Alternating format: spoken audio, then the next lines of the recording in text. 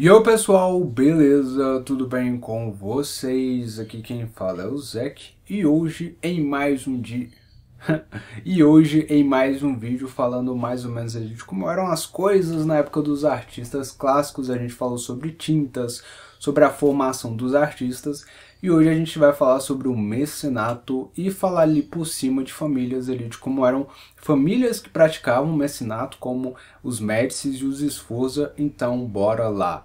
Mecenato é uma palavra ali meio esquisita, mas ela vem de um cara chamado Caius Mecenas, que era conselheiro de outro cara que era imperador de Roma na época, chamado Otávio Augusto. E aí ele ficou ali, ó, soprou na orelha dele ali de que provavelmente se ele pegasse ali uma grana, passasse para artistas, músicos, escultores, arquitetos, não só o local ali que eles estariam, mas também o status deles ali melhoraria. E aí ele foi lá, topou, e isso realmente aconteceu ali no local que ele estava governando. Teve ali esse aumento ali de aprovação, ficou mais bonito, tinha mais status, estava mais vivo, tinha mais música, teatro e assim por diante. E ali os outros nobres viram aquilo ali e também quiseram continuar, e a partir disso foi criado o mecenato. Mecenato mesmo é o ato de você patrocinar, ou era o ato, eu acho que hoje em dia a gente está mais acostumado com a palavra patrocínio, que vem de patrão, não sei o que, e assim por diante. Não, vem de patrão? Não tenho certeza.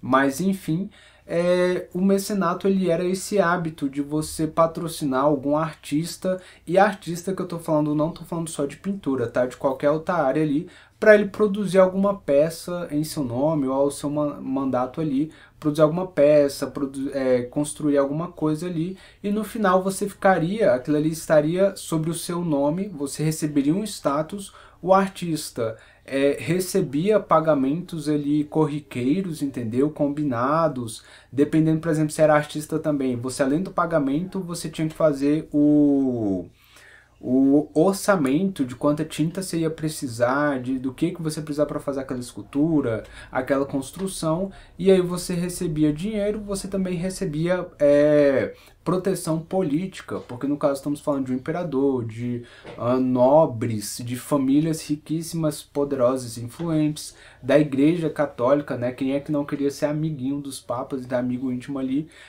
e ter ali alguns favores também com essa amizade. Então o mecenato na época ele não era só uma forma do artista conseguir uma grana, porque a vida do artista era muito diferente, entendeu? Na verdade, a vida do artista geralmente nessa questão financeira sempre foi atribulada, e o mecenato era uma das raras vezes onde ele podia contar ali com alguma graninha entrando, e ele podia contar sempre com ela, entendeu? Então, por exemplo, eu fechei ali um quadro que ele vai ficar pronto em um ano, é um quadro enorme, é uma cena bíblica ali, gigantesca. E digamos que eu vá receber todos os meses, então eu vou poder ter certeza que todos os meses eu vou comer, entendeu? Porque muitos artistas antes e hoje em dia você pode receber muito bem no mês por um trabalho, no outro mês você, sei lá, consegue pegar um trabalho que você recebe metade do que você recebeu no anterior, e pelos próximos 6 meses você não pega nada. Então infelizmente isso é uma realidade, e o mecenato para os artistas que conseguiam era assim uma coisa, uma chance de ouro, realmente, entendeu?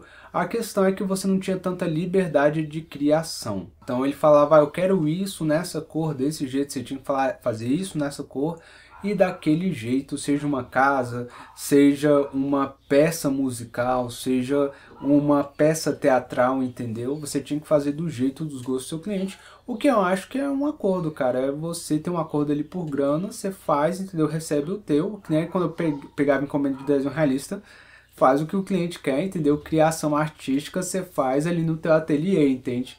Você está contratado pelo cliente, você faz a vontade dele.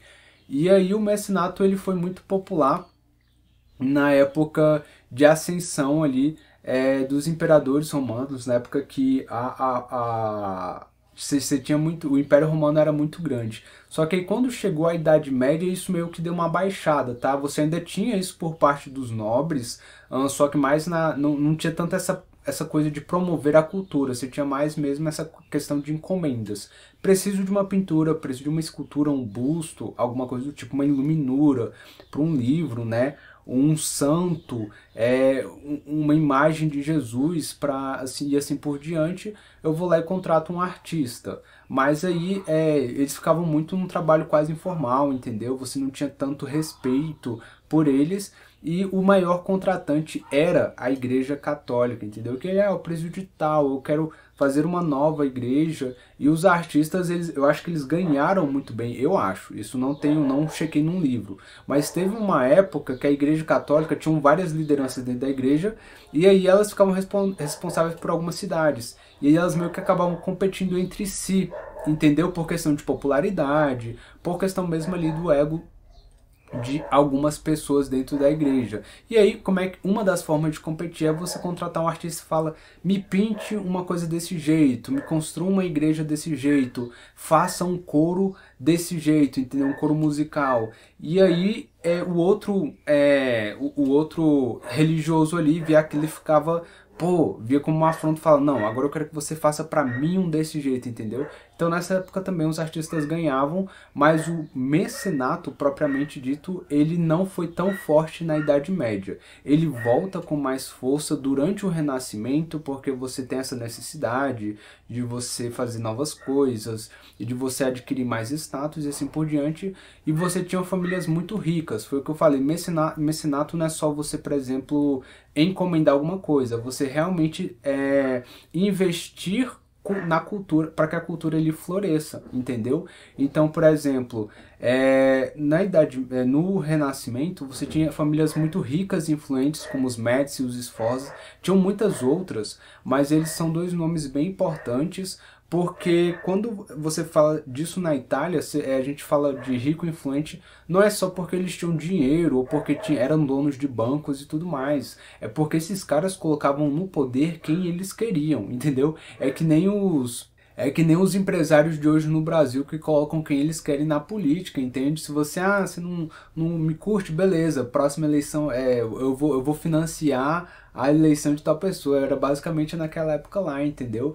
E aí eles manipulavam para que na política, na economia, em qualquer outra via, eles sempre saíssem ganhando. Isso era uma coisa que os Médicis faziam bastante. Os Sforza eram mais violentos, tinham um histórico de violência na Itália, tudo mais, ligado ao poder deles, ligado ao que eles faziam. E ainda assim eles também investiam muito em arte, tanto que eles contrataram lá o Léo da Vinci. Os Médicis, eles têm uma história bem interessante com o Michelangelo, entendeu? Que aí eles foram lá, fizeram todo uma coisa para ele ali, para estar sempre perto deles, pintando, deram vários recursos para ele, e assim ele fez várias obras destinadas aos Médicis. E isso aconteceu com várias coisas. Os Médicis, eles ficaram no poder por muito tempo, séculos na verdade, até que aí eles começaram a brigar com outras famílias. Esse é um dos problemas que tinha muito na Itália. Brigaram com outras famílias e depois o tempo foi passando ali e os seus descendentes foram se perdendo com o tempo. Eu não tenho certeza se alguma dessas famílias ainda existe hoje em dia, mas seria interessante você ver, porque essa está carregando um pedaço da história com ela. Mas enfim, o mecenato depois do Renascimento ele foi enfraquecendo, até porque não era todo mundo que podia bancar um quadro, uma coisa assim enorme. Os artistas que não conseguiam ali chamar a atenção de um mecena, de um nobre ou da igreja, viviam ali quase passando fome, tentavam vender seus quadros na rua e eram ali vistos com maus olhos pelas pessoas, entende? Um negócio mesmo assim, era você nunca ir em lugar nenhum, a pessoa vai e te visita na sua casa e te dá um dinheirão para você pintar o negócio. O pessoal achava que era assim, entendeu? Então se você tentasse vender na rua, você não era visto tão legal, o pessoal te olhava meio assim de lado. E aí o tempo foi passando, o mecenato ele foi deixado de lado, e o que entrou mais em voga mesmo foi a filantropia. Isso a gente vê principalmente ali mais ou menos nos anos 90, com instituições como a Rockefeller nos Estados Unidos, que vai lá, financia vários projetos. Hoje em dia, essa questão de patrocínio, de financiamento cultural, a gente, como tem na Itália, eu não vejo mais em lugar nenhum. Acho que somente mesmo em países muito ricos, de primeiro mundo. Aqui no Brasil, dependendo, e principalmente antes da crise, a gente tinha editais de fomento à cultura, e aí para tudo que era tipo, para filme, para animação, para jogos, entendeu? Claro, se concorria ao edital e você tinha que fazer todo um orçamento ali e ficar sempre mandando para eles relatórios de quanto é que você gastou, o que você fez e tudo mais.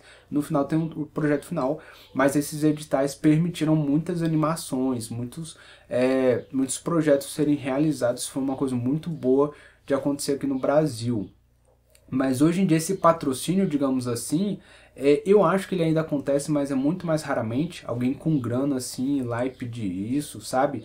Porque isso também gera status para a pessoa que fez aquele pedido. Isso também aconteceu bastante lá nos 1800, 1900, entendeu? Com os novos ricos. Geralmente uma pessoa ficava rica muito rapidamente, com negócios, com algum tipo de coisa, só que ela não era inserida na alta sociedade, entendeu? Isso acontece até hoje, uma pessoa fica rica por algum motivo, e mais o pessoal que é rico de verdade não quer ela por perto, entende? E aí eles ficavam contratando artistas para tentar, por meio desse avanço, por meio desse fomento cultural, eles conseguirem algum status dentro da sociedade.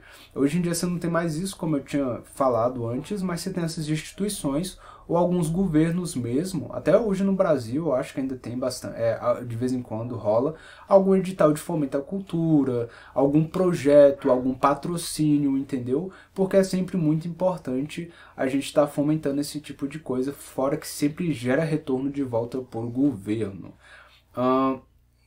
E hoje em dia eu não sei porque as pessoas têm tanta... Claro que isso tem que ser fiscalizado quando alguém passa no edital e tudo mais, pra se a pessoa não fugir com dinheiro, sei lá, fazer alguma coisa errada assim, né?